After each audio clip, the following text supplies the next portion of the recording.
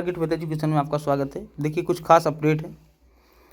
Update क्या है, अभी जो वर्ग 1 की परीक्षा जो पात्रता परीक्षा हुई थी उसमें वो चयन परीक्षा में कुछ क्वेश्चन गलत हुए हैं और गलत क्वेश्चन और आंसर चेंज होने की वजह से अभ्यर्थियों का सिलेक्शन रुक गया है। किसी किसी सब्जेक्ट में 23 क्वेश्चन निरस्त हुए हैं और 5 के आंसर चेंज किए गए हैं। तो इसका खामियाजा अभ्यर्थियों को भुगतना पड़ रहा है, क्योंकि वो लोग मतलब मार्क्स कम हो जाने से वो लोग बाहर हो गए हैं। अब उनको ना ही पात्रता परीक्षा के अलावा चयन परीक्षा में बैठने के लिए मिला। आइए जानते हैं सारी चीज़ें क्या हैं, विस्तार से चर्चा करते हैं।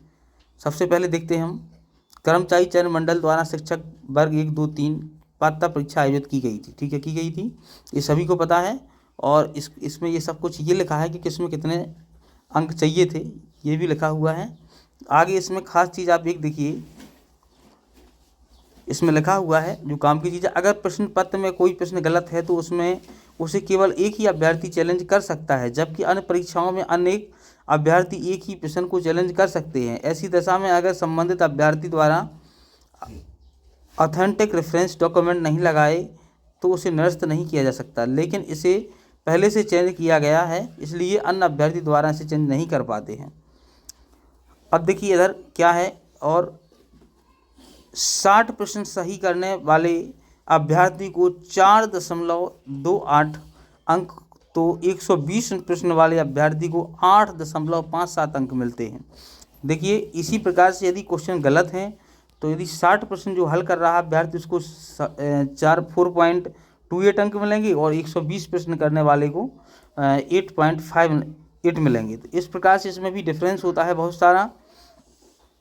इसका मतलब ये होता है कि जिसके ज़्यादा मार्क्स उसको ज़्यादा बेनिफिट होता है, जिसके कम मार्क्स उसको कम बेनिफिट होता है। आगे देखिए निरस्त प्रश्नों से समान अंक मिलना चाहिए। अगर प्रश्न पत्र में ये सवाल निरस्त होते हैं तो इसके देखिए वो फार्मूला जो होता है उस फार्मूले के मुताबिक ये मार्क्स जिसके नंबर ज़्यादा होते हैं उसको ज़्यादा मार्क्स मिलते हैं, जिसके कम नंबर होते हैं उसको कम मार्क्स मिलते हैं और अभ्यर्थी बाहर हो जाते हैं। आगे देखते हैं हम, और बढ़ने वालों के नंबर बढ़ जाते हैं, कम वालों के और कम हो जाते हैं। अगर प्रश्न पत्र में से सवाल निरस्त होते हैं तो इसके अलग अलग अनुपात में छात्रों को अंक मिलते हैं। इस वजह से कई बार उनका नुकसान हो जाता है। अगर सवाल निरस्त हुए हैं तो समान अंक मिलना चाहिए, लेकिन ऐसा नहीं किया जाता। कई बार जब मामूली अनुवाद की वजह से भी प्रश्न निरस्त हो जाते हैं और उनका जवाब अभ्यर्थी सही देते हैं, तब भी उनका सीधा नुकसान होता है। तो कहीं ना कहीं अभ्यर्थियों को इसमें नुकसान हुआ है, कई लोग बाहर हो चुके हैं। और ये जो फार्मूला है उस फार्मूले के मुताबिक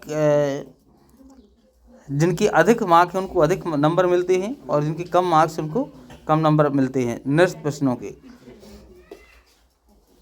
तो इस प्रकार से इसका देखिए यहाँ चार्ट दिया गया है, किस सब्जेक्ट से कितने प्रश्न निरस्त हुए हैं। इंग्लिश से 8 प्रश्न निरस्त हुए हैं, चेंज 3 के हुए हैं, टोटल 11 प्रश्नों को चैलेंज किया गया है। और अर्थशास्त्र में 23, मैथ में 33 क्वेश्चन बहुत बड़े मायने रखते हैं, ये किसी की भी लाइफ चेंज कर सकते हैं ये। तो इस प्रकार से इसका खामियाजा अभ्यर्थी भुगत रहे हैं और इसका सही निराकरण होना चाहिए। हर प्रकार की अपडेट पाने के लिए चैनल को सब्सक्राइब करें, बने रहिए हमारे साथ। जय हिंद।